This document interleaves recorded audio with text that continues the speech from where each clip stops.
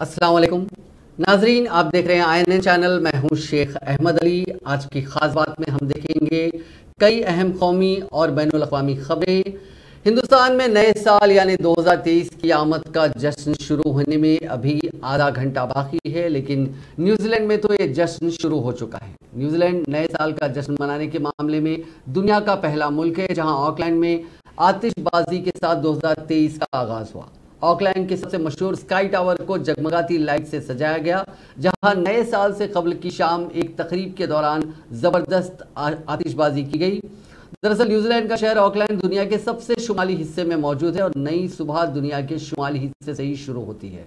यही वजह है कि न्यूजीलैंड का शहर ऑकलैंड नए साल का जश्न मनाने के मामले में सबसे अव्वल मकाम रखता है। यहाँ गुज़िश्ता साल 2022 में भी कोरोना के वक्त नए साल के जश्न को आतिशबाजी के साथ मनाया गया था।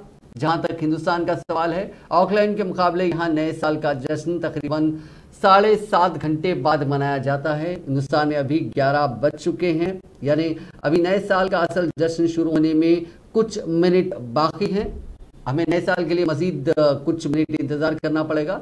नए साल का जश्न मनाने के लिए कई हिल स्टेशंस पर लोग पहुंच चुके हैं। वहीं हिमाचल प्रदेश का एक वीडियो सोशल मीडिया पर काफी वायरल हो रहा है। यहां लोग कई टूरिस्ट मनाली पहुंचे हैं, जिसकी वजह से सड़क पर वहां ट्रैफिक जाम लग गया। इस दौरान ट्रैफिक जाम में फंसे टूरिस्टों ने डांस किया।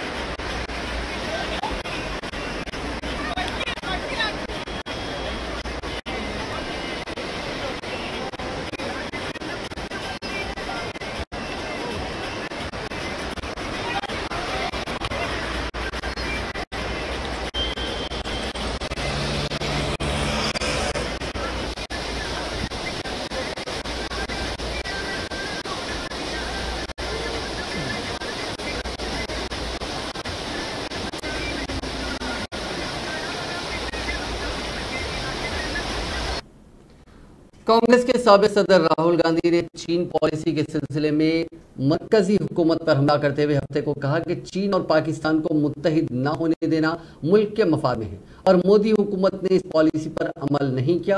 राहुल गांधी ने आज कांग्रेस हेडक्वार्टर्स में एक प्रेस कॉन्फ्रेंस से खिताब करते हुए कहा कि कांग्रेस की हुकूमतों ने चीन और पाकिस्तान को एक साथ आने से रोकने की पॉलिसी पर काम किया था, लेकिन मोदी हुकूमत ने इस पर अमल नहीं किया।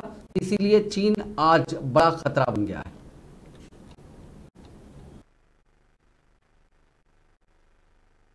सेना, वायुसेना, नेवी, जो भी हमारे स्ट्रक्चर्स हैं, उनकी बात सुनिए।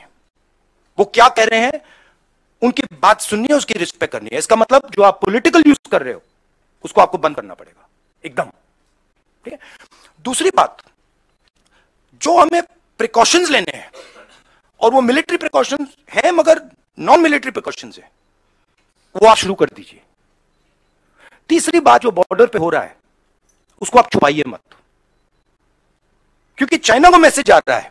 देखिए, चाइना 2000 स्क्वायर किलोमीटर हमारी जमीन ले गया है।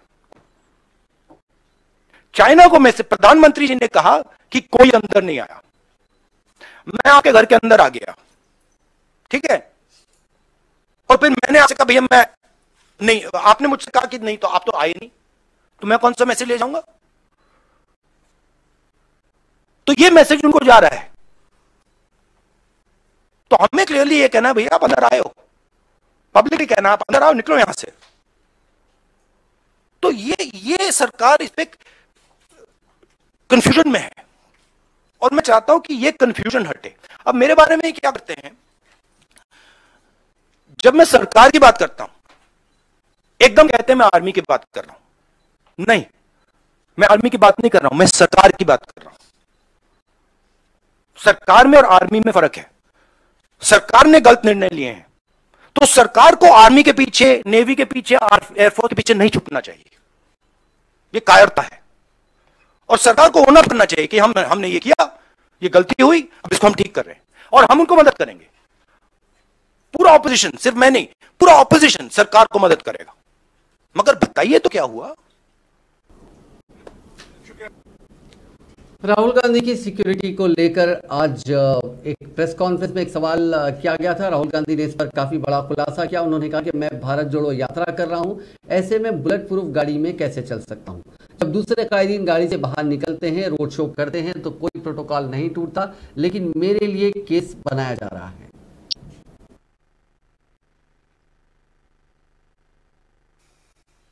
मैं भारत जोड़ो यात्रा कर रहा हूं, ठीक है। अब सरकार चाहती है कि मैं बीपी गाड़ी में भारत जोड़ो यात्रा करूं। कहते हैं आपका प्रोटोकॉल है कि आप हमें तंग मत करो, अब बुलेट प्रूफ गाड़ी में बैठ के कन्याकुमारी से कश्मीर तक चलो। अब ये मेरे तो एक्सेप्टेबल नहीं है। अब यात्रा में आप मुझे समझाइए, भारत जोड़ो यात्रा में मैं बीपी गाड़ी में कैसे बैठूं? अच्छा, जब उनके नेता, उनके सीनियर नेता बीपी गाड़ी से बाहर आ जाते हैं तो फिर कोई चिट्ठी नहीं जाती। उनके नेताओं ने रोड शो किए हैं, खुली जीप में गए हैं, उनके ही प्रोटोकॉल के खिलाफ है ये। वो मुझे लिख रहे हैं भैया आप बीपी गाड़ी से निकल गए। तो उनके लिए प्रोटोकॉल अलग, मेरे लिए प्रोटोकॉल अलग। और सारे सीआरपीएफ लोग जानते हैं, सीनियर्स जानते हैं कि मेरी सिक्योरिटी के लिए क्या करना है। और हमारी सिक्योरिटी बीपी गाड़ी में, मतलब मैं कैसे चलूं आप बता दो मुझे। चला ही नहीं जा सकता है, भारत जोड़ो यात्रा में पैदल जाना है। तो ये तो मतलब पता नहीं है, शायद केस बना रहे हैं कि राहुल गांधी मतलब अपनी सिक्योरिटी तोड़ता रहता है, केस बना रहे हैं। ठीक है, बनाइए। मुल्क के शुमाली हिस्से में सख्त सर्दी के दरमियान कांग्रेस लीडर राहुल गांधी ने टी शर्ट पहनकर चलने के बारे में उठाए जाने वाले सवालात पर हफ्ते को कहा कि सर्दी से वो नहीं डरते, इसीलिए टी शर्ट पहनते हैं। राहुल गांधी ने आज एक प्रेस कॉन्फ्रेंस में सख्त सर्दी में टी शर्ट पहनने के बारे में पूछे गए सवाल पर कहा कि उन्हें सर्दी नहीं लगती, इसलिए वो स्वेटर नहीं पहनते और टी शर्ट पहनकर चलते हैं। अगर सर्दी लगी तो स्वेटर जरूर पहनेंगे। उन्होंने कहा कि मैं सर्दी से नहीं डरता, इसीलिए मैं टी शर्ट पहनता हूं। आप सर्दी से डरते हैं इसीलिए स्वेटर पहनते हैं। सच तो यह है कि मुझे सर्दी लगती ही नहीं है।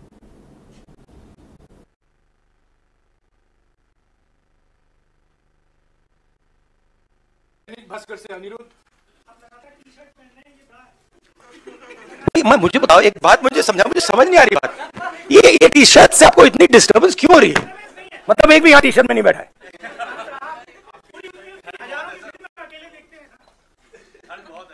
तो क्या आप चाहते हो मैं स्वेटर पहन लूं? मतलब इससे इतनी डिस्टर्बेंस क्यों नहीं है लोगों को?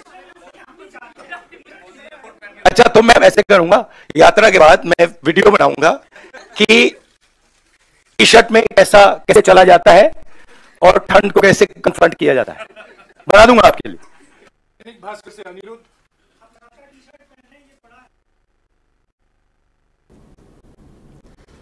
भारत चीन सरहदी तनाज़े के बीच मरकजी वजीर दाखिला अमित शाह ने हफ्ते को कहा कि हिंदुस्तान की 1 इंच ज़मीन पर भी कोई कब्जा नहीं कर सकता।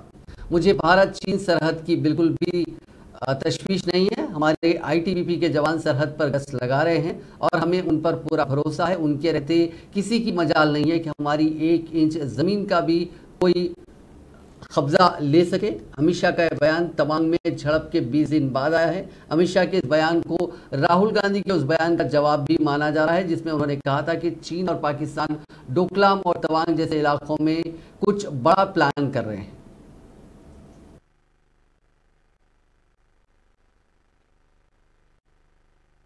आईटीबीपी सभी सीएपीएफ्स में सबसे दुर्गम क्षेत्र में काम करने वाला हमारा सुरक्षा बल है। हम कल्पना ही नहीं कर सकते कि -42 डिग्री टेम्परेचर के अंदर देश की सीमाओं की सुरक्षा करना कितना दृढ़ मनोबल और उत्कृष्ट देशभक्ति होती है, तभी हो सकता है। और मैं हमेशा सुनिश्चित होता हूं, लेस मात्र भी चिंता नहीं होती है भारत चीन सीमा की, जब हमें मालूम होता है कि मेरे आईटीबीपी का जवान जहां गश्त लगा रहा है या वहां कैंप कर ठहरा है, किसी की मजाल नहीं है भारत की 1 इंच जमीन का भी अतिक्रमण वो कर पाए।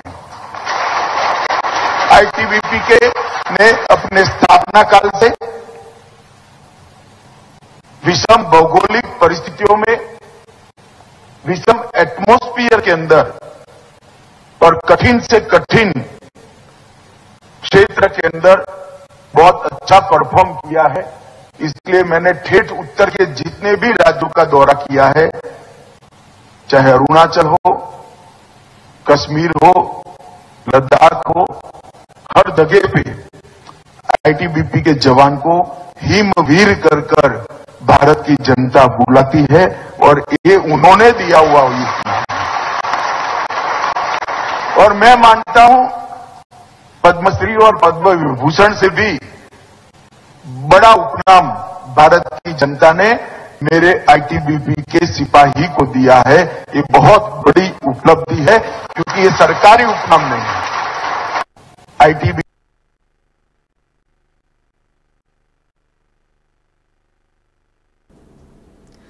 बिहार के वजीर आला नीतीश कुमार ने अपोजिशन के वजीर आजम उम्मीदवार को लेकर बड़ा बयान दिया। नीतीश कुमार ने कहा कि मैं वजीर आजम के ओहदे की रेस में नहीं हूं। ये बात नीतीश ने मध्य प्रदेश के साबिक सीएम कमलनाथ के राहुल गांधी के पीएम कैंडिडेट बनाने के बयान पर कही। वो हफ्ते के रोज पटना के ज्ञान भवन में असिस्टेंट प्रोफेसर और प्रिंसिपल को अपॉइंटमेंट लेटर बांटने आए थे। वहां रिपोर्टर्स ने नीतीश से सवाल किया कि क्या राहुल गांधी अपोजिशन का चेहरा हो सकते हैं। इस पर उन्होंने मुस्कुराते हुए कहा कि हमें इससे कोई दिक्कत नहीं है, इसमें क्या बुराई है, सब एक साथ डैश पर आए, सब मिलकर एक साथ तय होगा। हम लोग तो वेट कर रहे हैं, मेरे बारे में भी लोग कहते हैं, लेकिन हमारी ख्वाहिश नहीं है कि मैं वजीर आजम की रेस में रहूं। इसके अलावा नीतीश कुमार ने बिहार में चल रहे शराब को लेकर शराब के अमवात को लेकर भी काफी तफसीली बातचीत की।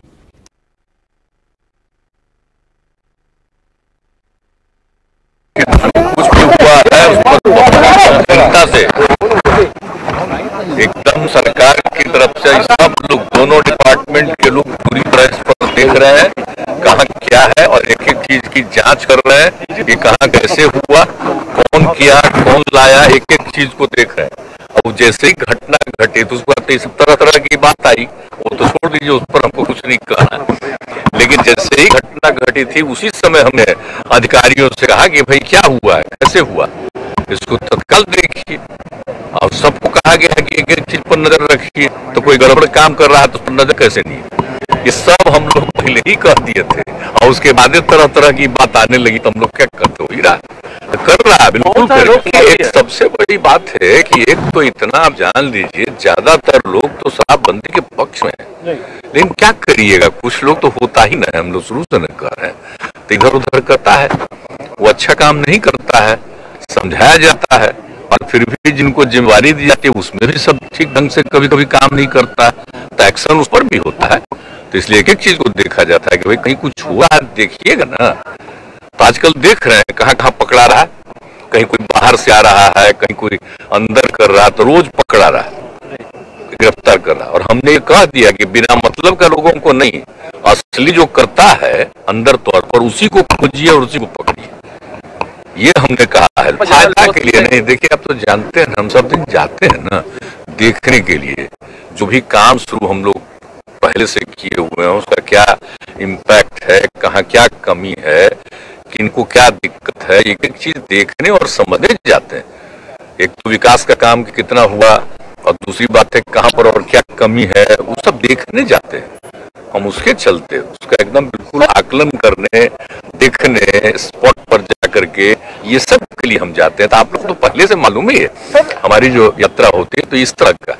इस बार वाला तो पूरा उसी के लिए, खास करके विकास का और सपनों का। किसी गुजरात के अहमदाबाद में चल रहे कांकरिया कार्निवल में सांता क्लॉज बनकर 2 लोगों के साथ मारपीट का मामला सामने आया है। जुमे की रात का ये वाकया, ये दोनों शख्स सांता क्लॉज के ड्रेस में कार्निवल में पहुंचे थे। इसी दौरान विश्व हिंदू परिषद और बजरंग दल के वर्कर्स ने दोनों को दौड़ा कर पीटा। दोनों ने भागकर अपनी जान बचाई। सांता क्लॉज को दौड़ा कर पीटने का एक वीडियो भी सामने आया। वीडियो में बजरंग दल के वर्कर्स को ये कहते हुए सुना जा सकता है कि चर्च में जाकर अपने मजहब की तबलीग करो, यहाँ आप लोगों का माइंड वॉश करने के लिए आए हैं।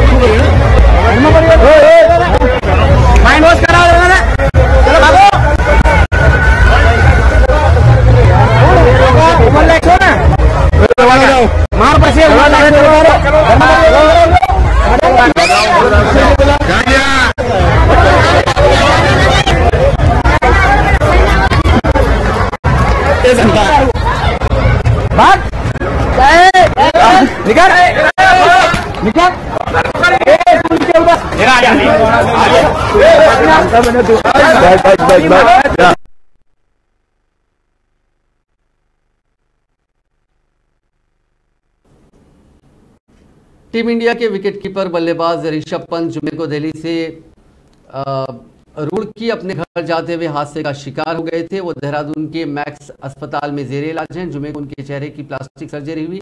पंत को माथे, दाएं कलाई, दाएं घुटने, टखने और अंगूठे पर चोटें आई हैं। उनके दाएं घुटने में भी लिगामेंट फैल गया है। रिपोर्ट्स के मुताबिक board of cricket control of India यानी बीसीसीआई पंत के इलाज में कोई लापरवाही नहीं करना चाहता है। उन्हें देहरादून से मुंबई मुंतकिल किया जा सकता है ताकि बीसीसीआई की मेडिकल टीम की निगरानी में उनके लिगामेंट का इलाज हो सके।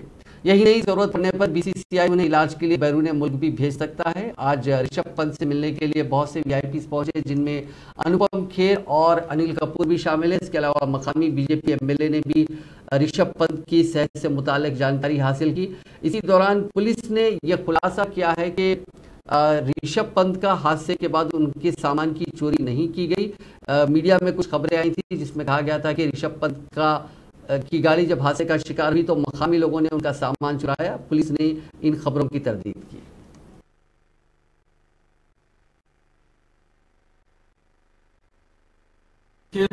समय से जो है मैक्स हॉस्पिटल यहाँ से जो प्राथमिक इलाज के बाद श्री ऋषभ जी पहुंच गए थे वहां मैक्स हॉस्पिटल, और जो भी प्राथमिक जानकारी आई उसमें पता चला है कि जो उनकी जांच हुई है उसमें कोई गंभीर चोटें नहीं आई है, फिर भी डॉक्टर्स के ऑब्जर्वेशन में है।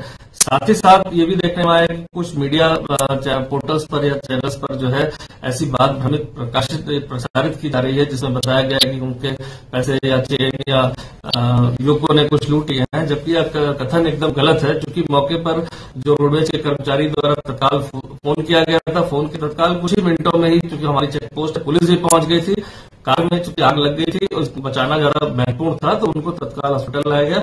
जो उनके द्वारा पहने गए थे, खासकर कि उनके प्लेटिनम या चेन थी एक, और एक ब्रेसलेट था गोल्ड का, इसके अलावा 4000 रुपए जो उनके पास उनके कपड़े में थे वो तत्काल वहां पर पूरा एक नियमानुसार उनकी मदर को ही सौंप दिया गया था, जिसकी पुष्टि भी मेरे द्वारा उनके परिजन से बात करके कर ली गई है। साथ ही साथ गाड़ी में से जो एक बैग मिला था जिसमें से कुछ कपड़े थे वो भी उनकी परिजन को हमने दे दिए थे।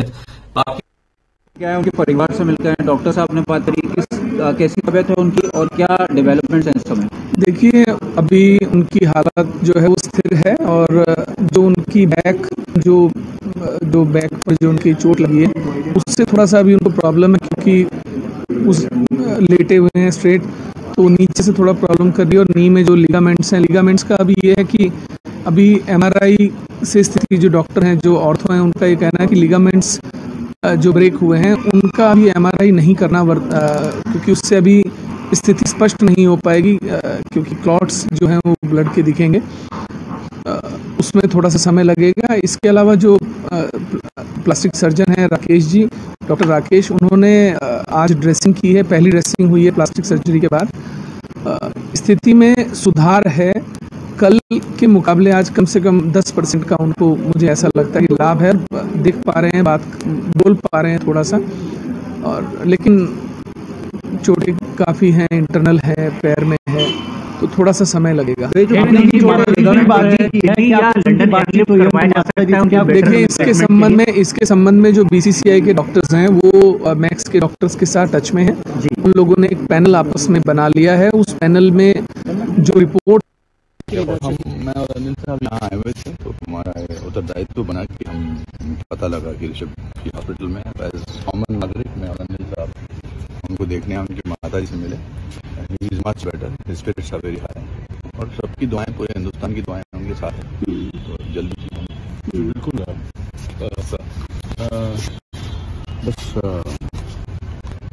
जोश में है और लगता है कि कंप्लीटली जो हमें फिक्र थी वो बिल्कुल नहीं है, तो he should be fine. Surgery वगैरह भी कुछ हुई है उनकी मदद? ये सब तो मेडिकल बुलेटिन वाले आपको बताएंगे, हम तो सिर्फ मैंने बताया कि ऐसे, but he is fine, in good spirits, better है। मम्मी से बात की, मेरे ख्याल से रिश्तेदार भी अच्छे हैं, सब अच्छे हैं, हमने सहाया थोड़ा सा। अच्छा, बहुत अच्छा है, बहुत अच्छा है। सर, आपसे मिलकर उनको कैसा लग रहा था? मतलब आप लोग सुपरस्टार हैं तो ऑब्वियसली खून तो भर जाता है, लेकिन हम तो मेडिकली फैंस गए, अरुण जी फैन, और हमने कहा जाना चाहिए हमको।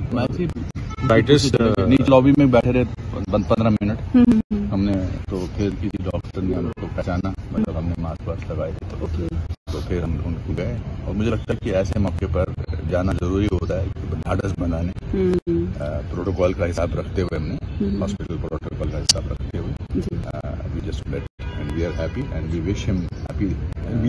जो भी देख रहे हैं, ये मैं चाहूँगा कि आप सब। गुजरात के नवसारी जिले में हफ्ते की सुबह एक जबरदस्त सड़क हादसा पेश आया। वहां नेशनल हाईवे पर एक फॉर्च्यूनर कार एक लग्जरी बस के दरमियान टक्कर हो गई, जिसमें 9 अफराद की मौत जबकि 30 से ज्यादा लोग जख्मी बताए जा रहे हैं। जख्मियों को इलाज के लिए अस्पताल में दाखिल कराया गया। बताया जा रहा है कि बस अहमदाबाद से विलसाड़ जा रही थी। रिपोर्ट के मुताबिक हादसा नवसारी जिले के वेसवा गांव के करीब पेश आया। बस नेशनल हाईवे पर वेसवा गांव के करीब पहुंची ही थी कि मुखालिफ सिम से आने वाली फॉर्च्यूनर कार से टकरा गई। तसादुम इतना जबरदस्त था कि कार के पर्चे उड़ गए। मकामी लोगों ने मौके पर पहुंचकर जख्मियों को कार और बस से बाहर निकाला और पुलिस को हादसे की इत्तला दी। अहमदाबाद में एक बस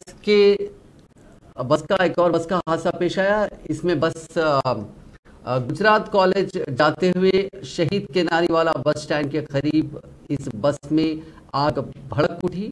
फायर ब्रिगेड की टीम मौके पर पहुंची। इस वाकये में किसी के भी जख्मी होने की इत्तला नहीं है।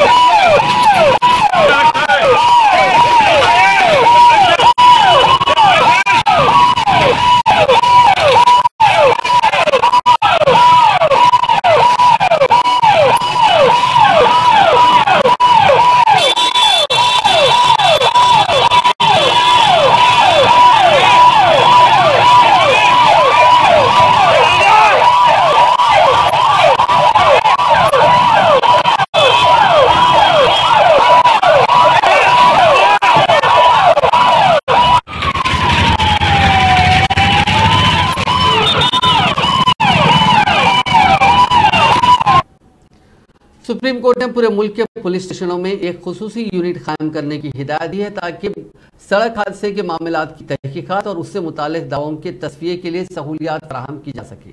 जस्टिस एस ए नजीर और जस्टिस जे के महेश्वरी की बेंच ने रियासतों को 3 माह के अंदर पुलिस स्टेशन में एक स्पेशल यूनिट कायम करने की हिदायत दी और कहा कि किसी हादसे की इत्तला मिलने पर मुतल्लिका स्टेशन हाउस ऑफिसर 3 माह के अंदर क्लेम्स ट्रिब्यूनल में हादसे की इत्तला की रिपोर्ट दर्ज करें। बेंच ने अपने फैसले में कहा कि रियासत के महकमे दाखिला के सरबराह और पुलिस के डायरेक्टर जनरल मोटर से मुताल्लिक दावों के मामलात की तहकीकात और सहूलियात फराहम करने के लिए तमाम थानों या कम से कम शहर की सतह पर एक स्पेशल यूनिट तश्कील दें। तमिलनाडु के नामकल जिले के एक घर में धमाके की खबर सामने आई है। मालूमात के मुताबिक धमाका पटाखों में आग लगने से पेश आया। हादसे में पटाखे की दुकान के मालिक और 3 खवातीन समेत 4 अफराद हलाक और उतने ही लोग जख्मी हुए, जिन्हें अस्पताल में दाखिल कराया गया। एक सीनियर पुलिस अफसर ने बताया कि वहां के मोहनूर में एक मकान को नुकसान पहुंचा और आसपास के कुछ दूसरे लोग सुबह 4 बजे के करीब अचानक धमाके में जख्मी हो गए। तकरीबन 2 घंटे तक फायर टेंडर्स ने आग पर काबू पा लिया। उन्होंने मजीद कहा कि यह वाज़ेह नहीं है कि लाइसेंस होल्डर थलाई कुमार ने अपने घर में पटाखे क्यों रखे थे। ये वाकया सुबह 4 बजे के करीब पेश आया। अहमदाबाद शहर में हफ्ते की सुबह आई केयर सेंटर में आग लग गई। इसे वहां केयर टेकर कम सिक्योरिटी गार्ड के तौर पर काम कर रहे एक कपल की मौत हो गई। नारायणपुरा इलाके में आई केयर सेंटर के ग्राउंड फ्लोर पर मियां बीवी की जोड़ी मुर्दा पाई गई। फायर ब्रिगेड के अहदेदारों को अंदेशा है कि आग लगने के बाद धुएं की वजह से उनकी मौत हुई। चीन के जुनूब में गुआंगडोंग सूबे में मुनक़िदा गुआंचो ऑटो शो में कॉन्सेप्ट कार की नुमाइश करदा स्टॉल पर आग भड़क उठी। मेले में चीनी IAT ऑटोमोबाइल टेक्नोलॉजी कंपनी की सिंगल डोर कॉन्सेप्ट कार जिस स्टैंड पर नुमाइश के लिए रखी गई थी उसमें आग लग गई। सोशल मीडिया पर शेयर की गई तस्वीर में देखा जा सकता है कि मेले में चीनी IAT ऑटोमोबाइल टेक्नोलॉजी कंपनी की सिंगल डोर कॉन्सेप्ट कार जिस स्टैंड पर नुमाइश के लिए रखी गई थी वो आग की वजह से जल गई। उस फर्म ने अपने बयान में कहा कि यह आग स्टैंड लगाते वक्त अचानक भड़क उठी, जिस पर खलील मुद्दत के अंदर काबू पा लिया गया और इस वाकये में कोई शख्स जख्मी नहीं हुआ।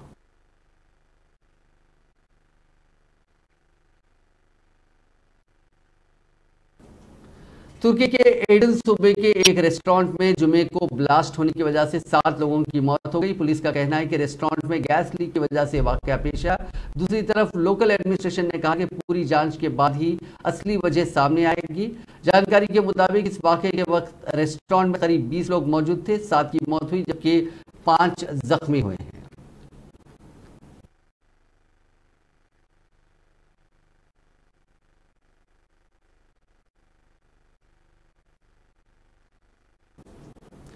साबिक पोप बेनेडिक्ट 16वें अपनी वेटिकन रिहाइशगाह पर 95 साल की उम्र में इंतकाल कर गए। पोप बेनेडिक्ट 16 खराबी सेहत की वजह से तकरीबन 1 दहाई कबल अपने ओहदे से दस्तबरदार हो गए थे। बेनेडिक्ट 16 ने 8 साल से भी कम अरसे के लिए कैथोलिक चर्च की क़यादत की थी और वो 2013 में दस्तबरदार होने पर 1415 में ग्रेको 12वें के बाद मुस्तफ़ी होने वाले पहले पोप बने थे।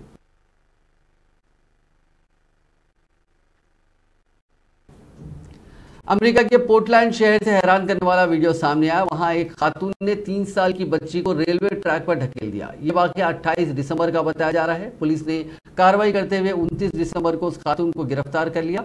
अब इस वाकये का वीडियो सोशल मीडिया पर वायरल हो रहा है। 3 साल की बच्ची अपनी मां के साथ पोर्टलैंड के गेटवे ट्रांजिट सेंटर प्लेटफॉर्म पर खड़ी थी। वीडियो में देखा जा सकता है कि बच्ची अपनी मां के बाजू में खड़े होकर ट्रेन का इंतजार कर रही थी। तभी पीछे बेंच पर बैठी एक खातून उठती है और उसे धक्का दे देती है। इसके बाद बच्ची पटरियों पर गिर जाती है। इस वाक़े के फौरी बाद आसपास खड़े लोग मदद के लिए आगे आते हैं और बच्ची को बचा लेते हैं। इस वाक़े के वक्त मौजूद लोगों ने बताया कि जिस वक्त बच्ची को धक्का दिया गया उस वक्त कोई ट्रेन नहीं आ रही थी, जिसकी वजह से उस बच्ची की जान बच गई।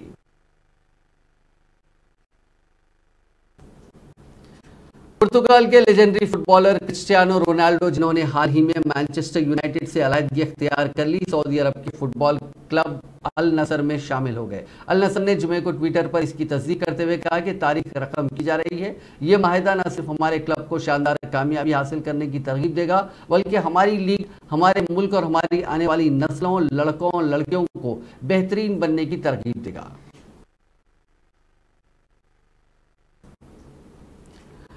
नाजरीन, आज की खास बात में बस इतना ही। हम INN चैनल के पूरे स्टाफ और मैनेजमेंट की तरफ से आप सभी को नए साल की मुबारकबाद पेश करते हैं और उम्मीद करते हैं कि नया साल आपकी ज़िंदगी में खुशियाँ, अमन और खुशहाली लाए।